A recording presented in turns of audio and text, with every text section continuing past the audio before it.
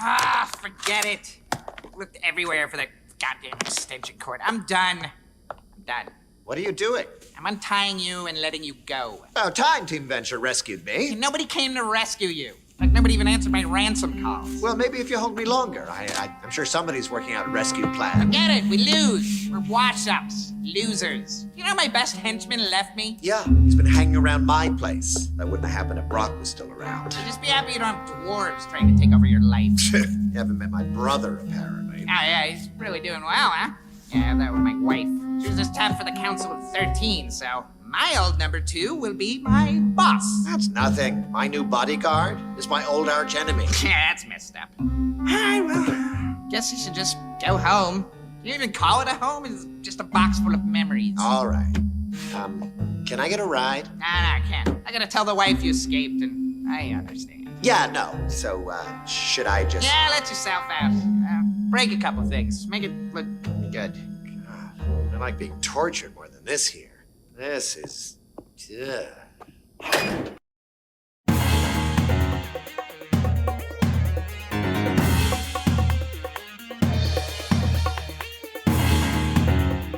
All right.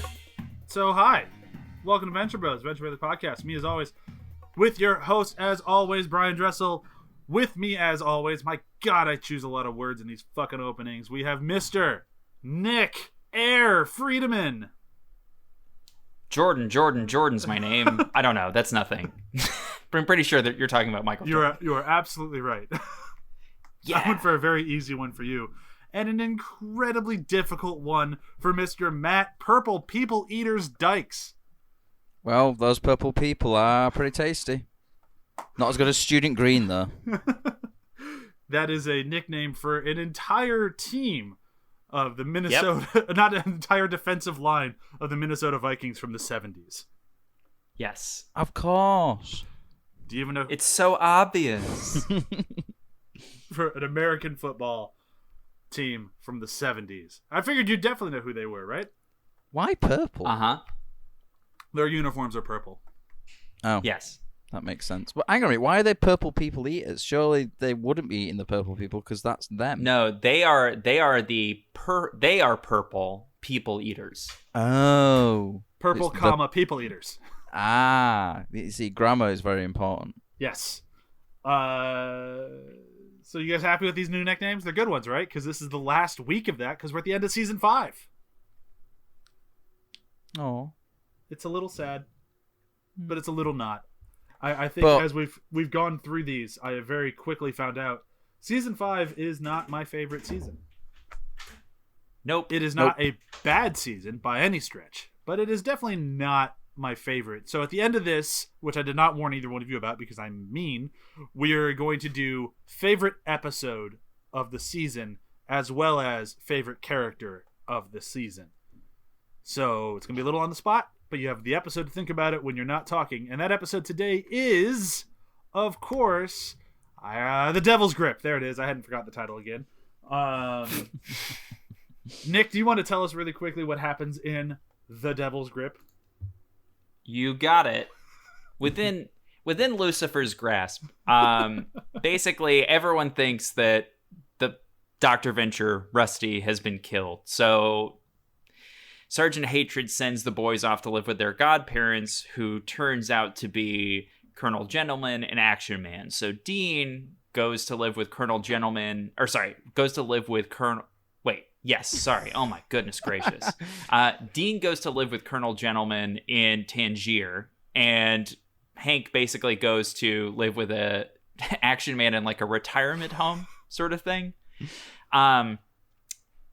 And really, like, the bulk of the episode is kind of like cutting in between these locations, but the bulk is Rusty is actually still alive and being tortured by or attempted to be tortured by the Monarch, who's struggling to come up with like the perfect thing. So it's kind of like the situation with the Monarch in a sense is that he's finally gotten what he finally wants, finally, and that's pretty much it.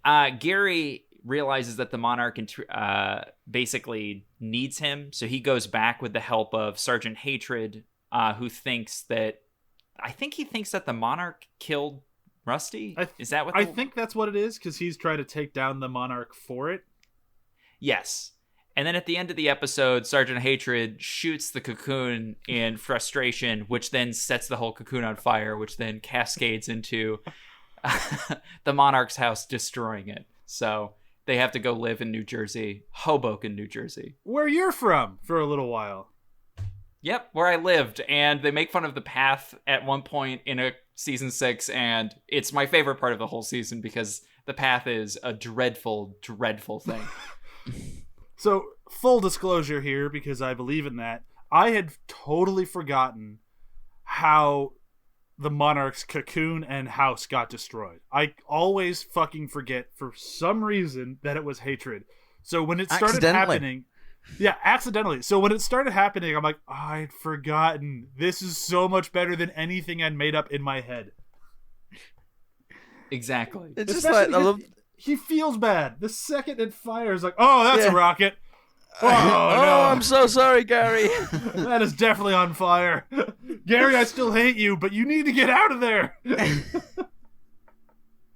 So I was watching this episode this morning with Duran, and I feel this is like a good way to bring this up, which is, does the cocoon get destroyed in every season?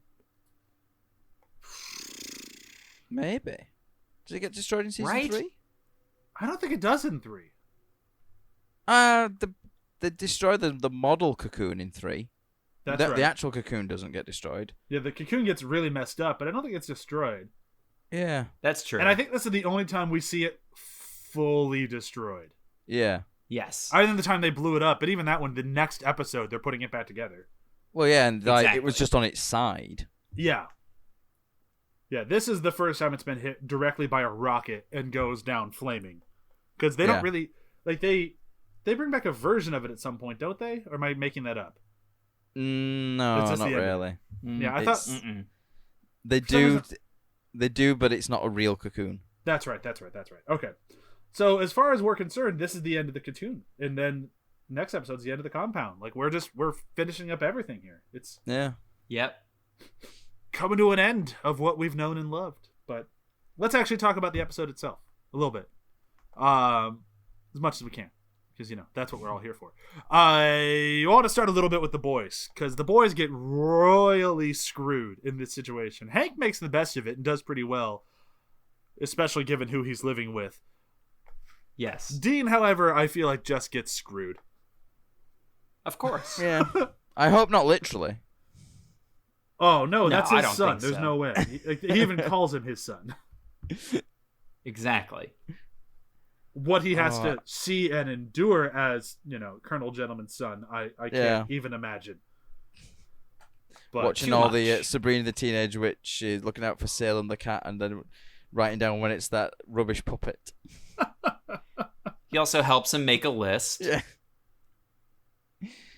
Oh God, helping him write his 3-part memoirs. God, that's so... I can't imagine what the hell his memoirs would be about, but I can't... They just got to be gross. That's the only thing that makes sense. It's gross, but I for kind sure. of want to read it as well. Oh, of course. I'd want to have the audiobook read by Colonel Gentleman. Yeah. It's kind of like, when you got bad milk, you've just got to take a sniff. Yeah. But, that's the thing with this, though, is Dean is just, that's just his lot in life in Season 5, is he just kind of gets screwed over, and he's upset and just kind of rolls with it. Whereas Hank's lot in Season 5 is he gets thrown into a weird situation and makes the best of it, which is exactly what he does, surprisingly, with Action Man. Yeah. Yes. Because if I had to pick any character in all of Venture Brothers to not live with, it would be Action Man. Yeah. I can just kind of imagine him in the middle of the night having, nightmares and just, waking up going, action, action, action, action. Exactly. That's the exact thing that would happen, and you would die. Or just... You'd have to hide all the ammunition. Oh, yeah. Or just have blanks. I just always go back to that Exactly. story that Rusty told of having the Action Man wake you up in the middle of the night with an unloaded gun, pulling the trigger going, not today. Click. Not today, Rusty. Not today. Oh, Yeah. God, I forgot that. Yeah. Jesus, that's terrifying. Yeah, that's why I would never live with him. Fuck that. Otherwise, I actually think he's pretty enjoyable this episode. I actually really like the action. I love that it ends with them all becoming roommates and like getting out of their current situation. Oh, Exactly. God. And it accidentally killed Entman as well by just getting into his chair and running him over with the rocking chair. To be fair, a little bit to Action Man here. I know Brian will back me up on this, but just in a situation like this, just run to the left or to the right. Right? You're not outrunning something that's just coming down in a straight line. Or, as a tiny person, don't stand underneath a rocking chair. Yeah, what a terrible place to hang out. Yeah. Oh boy. So yeah, I agree. I don't blame Action Man for his death at all. Well, I blame him a little bit. Nah. But 1%. For how many people Action Man has actually killed, like, joyfully, this one he feels bad about. So I'll let him slide. That's true. He only feels bad about him because he was his friend, though, to be fair. Sure, I guess. But they do give him a proper burial. Piss and shit and all. Yeah. Yep. That's how I want to be buried. It is absolutely not how I want to be buried. Nah, I'm writing that into my will now. I will be buried, and then you will piss on my grave, and the youngest will take a dump on it. To fertilize the earth. Oh, boy. It's a weird family, the Ventures. Yep. Let's talk a little bit about Rusty and the Monarch in this one, because this was... I want to say, for a long time, I didn't believe the Monarch. I didn't believe that this was his grand plan. Do you guys? I do. I do now. I didn't for a long time, though. Yeah. Well, because it does kind of come out of nowhere. I think that the way the structure of the show usually works is that you're privy to what his plans are for the most part. And I think that in this episode, you're kept in the dark. And I think that when it comes up, you're kind of like, that seems weird. But yeah, like you're saying, I think probably at the time I didn't, but now I definitely do. Because I feel like the Monarch is too self-aware and really self-hating to give himself a pat on the back if he didn't deserve it. Yeah, that's true. Like, later on in seasons, he does start just failing his way to success and just being fine with it every time. But at this point, that wasn't really his goal, I don't think. No. Like, season 7 Monarch, if he had failed his way into success, this would be his reaction of like, yeah, I guess I did great. Yeah. But at this point in his evil career or his antagonist career, I don't really see that version of him entirely yet. Yeah. I think this might be the turning point in that, though.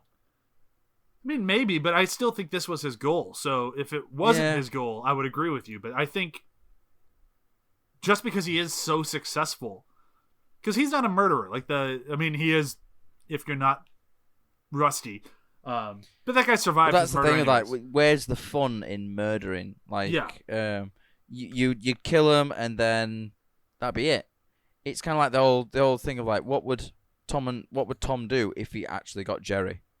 Yeah. And I feel like this is kind of that example of the whole point was to make Rusty as uncomfortable and sad as he could, and he succeeds fantastically. Yeah. I mean, it's like, I prefer the line, I prefer the torture to this. Yeah. Well, of course he did, because the torture was terrible. Yeah. The bell! I fucking love how he says that. I love the bell, and then I also just love after Dr. Mrs. the Monarch's, like, her speech of like, look, he's having fun. I will fucking kill you. Yeah. I will slice your throat. She was scary in that bit. I mean, like genuinely, you genuinely believe if Rusty didn't go on with that, he would have had his throat cut. I genuinely believe Dr. Mrs. the Monarch every time, because she's a legit villain. Yeah. Whereas the Monarch just has beef and really hates the guy, of course, but end of the day. Yeah, the Monarch is like a specialist. Yeah. He can't really turn it off or turn it on. It's just, that's who he is. Well, I feel like Dr. Mrs. the Monarch is like, I'm a professional. I can kind of do this to anybody, and I will end you if I need to. Yeah. I want to talk a little bit of my only complaint in this episode, if that's okay with you guys. Yeah. I don't really have a lot bad to say about this episode. I think as far as like season finales go, it's probably their most subdued, which is okay. It didn't really feel like a season finale, but that's because they have all this in Gargantua 2 coming up, which really does feel like a season finale. But my major complaint with this is that we've gotten this sort of half story with Gary the whole season. Like, we've gotten little glimpses here and there about how he's grieving not being a henchman anymore, but doesn't really know what his next step in life is.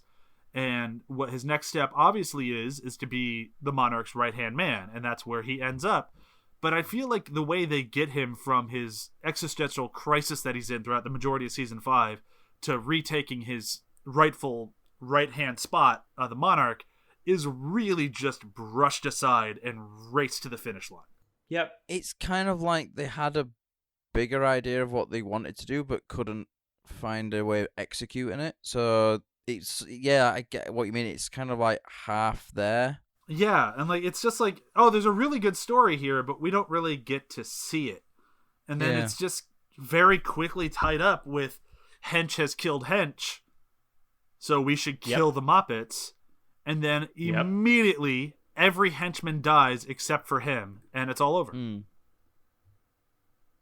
Pretty much. Yeah.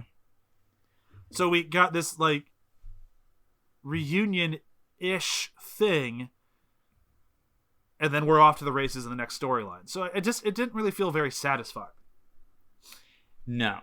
I think that there's a lot that kind of gets like rushed up into this for him in particular, which is there's no build up to any of this throughout the entire season. Right. He's barely in this season.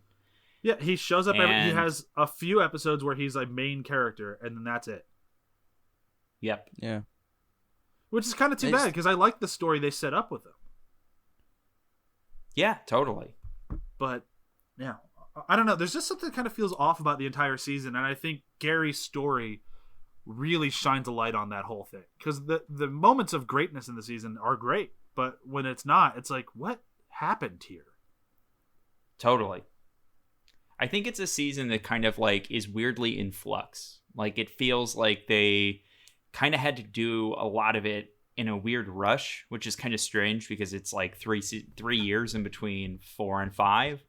But it just doesn't feel like as complete as some of their other seasons. And I think it does come back to that, what we've been talking about the whole season of they're kind of done with stories at the compound. Yes, so I think 100%. So I think this is just kind of a growing pain season of like, what do we do next? It's kind of like it's a season of like we're sort of thinking, right, we want to get out the compound. Let's lay groundwork for getting out the compound, and then it's just like the entire season is leading towards all this in Gargantua 2. So it's like, okay, we need a big storyline. So what should we do? Right, okay, let's get rid of the guild. So let's start setting that up with OS I Love You and continue it on with last week's episode, Bot Seeks Bot. And then you've got that element there, and then you're like, okay, so now we want to start moving out of the compound as well. So let's start opening it up a little bit more, so we can see a bit of the world where you see like with Mama's Boys. It's just to like slowly introduce the audience to the fact that there is more to the Venture Brothers world than the compound, and in that you get some great episodes. Like Mama's Boys is a fantastic episode. Yeah. But then like, on the flip side of that, the episodes on the compound seem, I don't know, just not as good, because we are very slowly being introduced to this wider world, and then when you go back to the compound, you're like, I kind of want to see more of that wider world now. It's almost like teasing it a little bit. And I remember when this season came out, and I was talking, I think, God, when did this? Yeah, this one came out season 5. Yeah, so I remember talking to Nick about this one, and when this one happened, I remember at the end of it, Nick going like, I feel like this is the end of these sort of like not being with the family thing. And I think season 6 is going to bring the family back in a big way. And you were essentially right. I don't know how you called it way back then, but you were right. Yeah, I'll take credit for it. Do you even remember saying it? I do not. Do you remember? Did you say it to Doc Hammer? Is that how you were right? No, I think that what it is that it's the thing that we're all talking about now, which is, well, this is a very unfamily-oriented season. I think, for the most part. It's a lot of like, I'm looking at when you said like we're going to do our favorite episodes. I'm like, all right, well, let me look at what episodes are in this season. And I think a vast majority of it are bouncing in between what is essentially Monster of the Week and these big lore episodes. But the problem is that the lore episodes have nothing to do with the family. Almost all of them have to do with OSI. Yeah. Yeah. And then even the one-offs that are kind of like Mama's Boys, which I agree was a pretty good episode, even though I didn't I don't love Myra, but I think that it's a good episode that ties the knot on something, but it ends something. It doesn't begin anything. Right. And so I think that season 6 is really all about like a new beginning.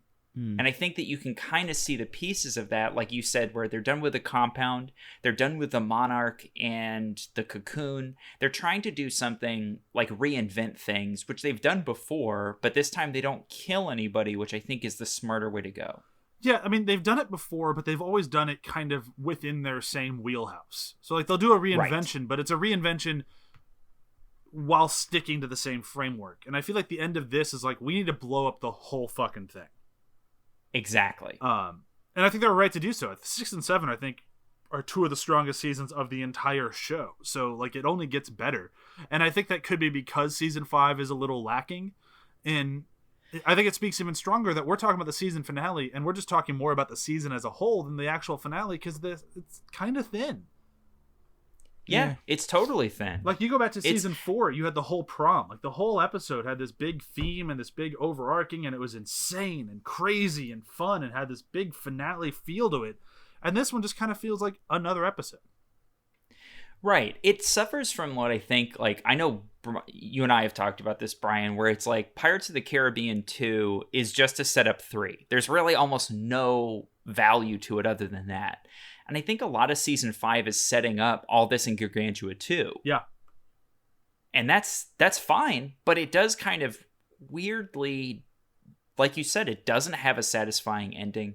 It doesn't really have anything that feels like a finale in this episode. If you had moved this episode to episode 2 and we had no idea that this was supposed to be the finale, I don't think any one of us would bat an eye. No, I don't think so. Even with the ending.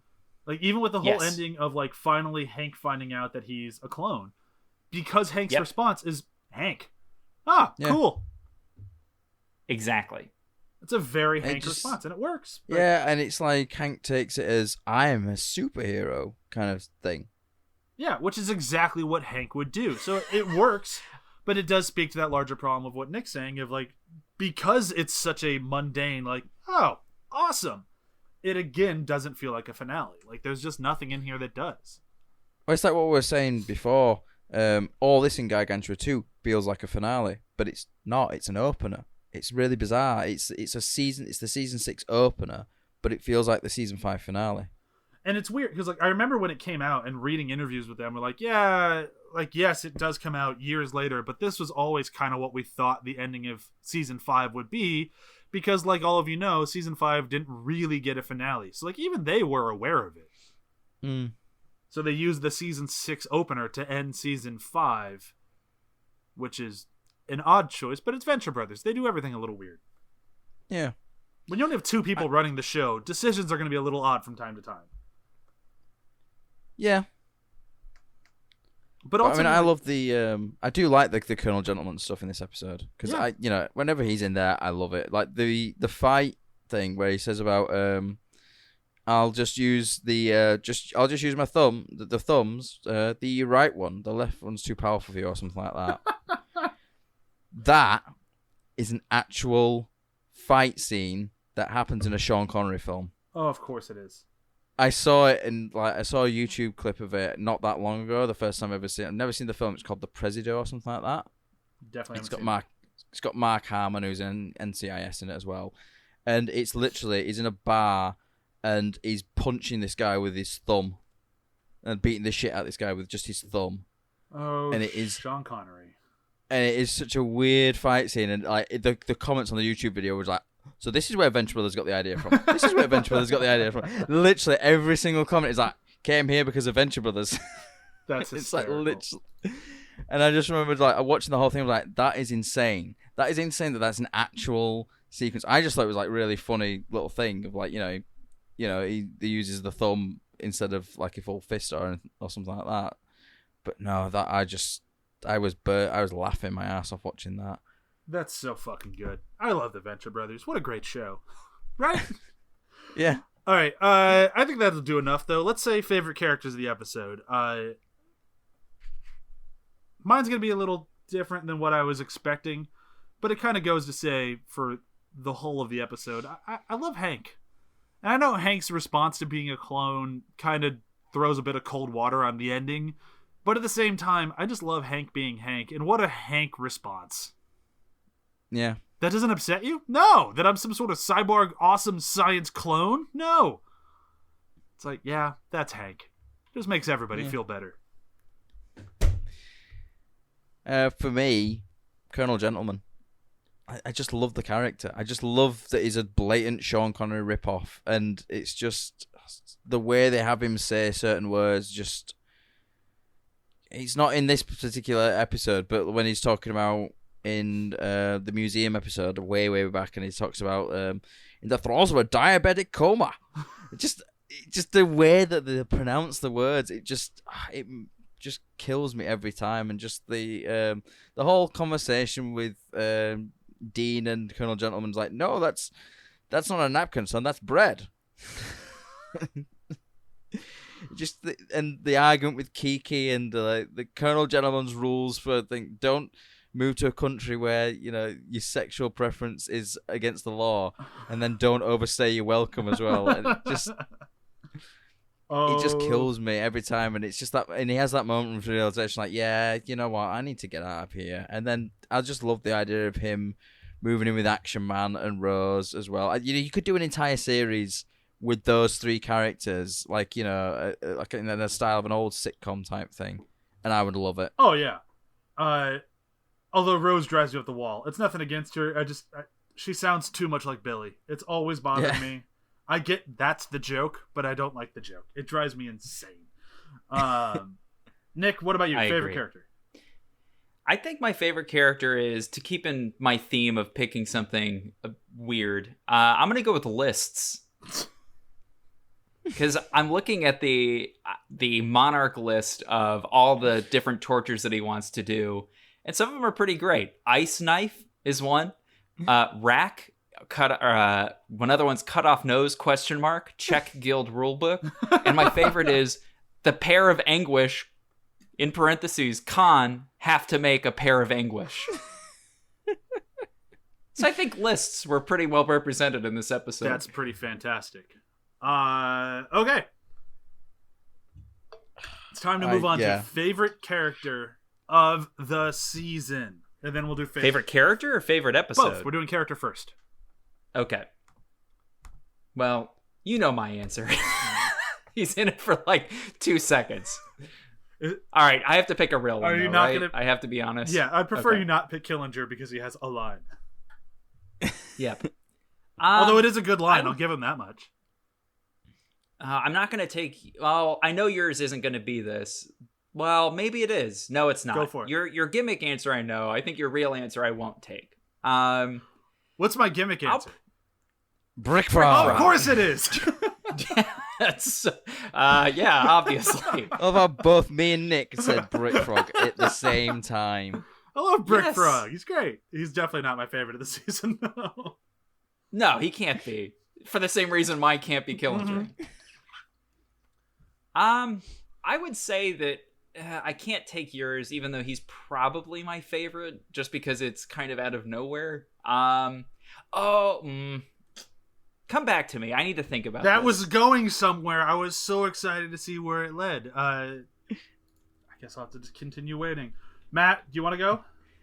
I'm gonna have to go with the Monarch. It's got one of my favorite Monarch moments in the whole season as this season. It's the whole thing in with the acid magnet, jettison the lunchroom. That whole thing is just perfect for me, and it's just all capped off with all the moments of the Monarch in this season. For me, are just amazing. Like, the bell, and then him like doing like the old acting techniques. He makes zeitgeist, but or whatever he says, but like doing the warm up stuff that actors usually do, where they say random words together to like with the enunciation, and just everything about the Monarch I absolutely love. He's my favorite character in the whole series. I try to quote him daily, and it's great because no fucker knows what I'm on about.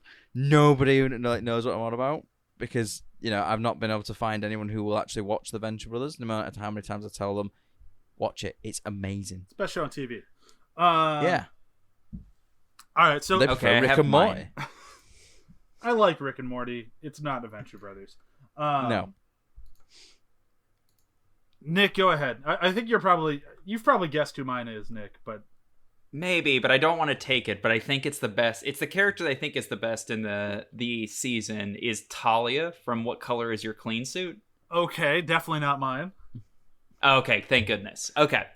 I think that she's just has like some of the best moments for a one-off character that was more or less there for kind of like a specific reason, which is somebody for Dean to have a crush on.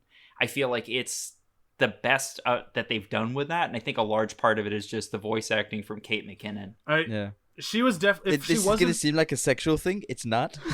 Yes, exactly. If she was in more than the one episode as that character, she would have been my favorite. But because we only get the one episode with her, she had to take a back seat to. I'm guessing some of the listeners out there were able to guess my favorite because he won many times. It's got to be Shore Leave. Yeah, that's what I was gonna guess as your number 2 if it wasn't gonna be that. Yeah, I just love Shore Leave. He just cracks me up, and he doesn't really ever get a main story arc, but he's got a lot of like C and D storylines of like his relationship with the alchemist that always kind of comes back and forth, and there's just so much about him that just cracks me up, and just the way he delivers nearly every line he has is just fantastic. And in a season that I'm not a huge fan of the story that they tell, I enjoy the story, but out of all of them so far, it's probably my least favorite.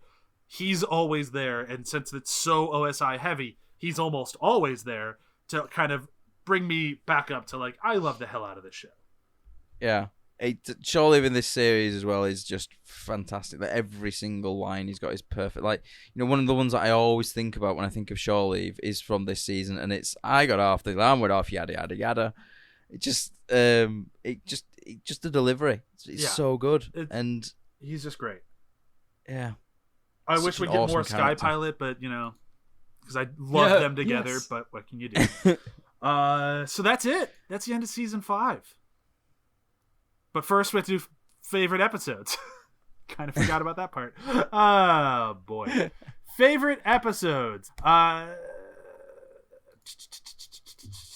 Matt, go first. All right. Favorite episode. Season 5. I believe in you. Honestly, I was going to go with... Yeah, it's going to have to be...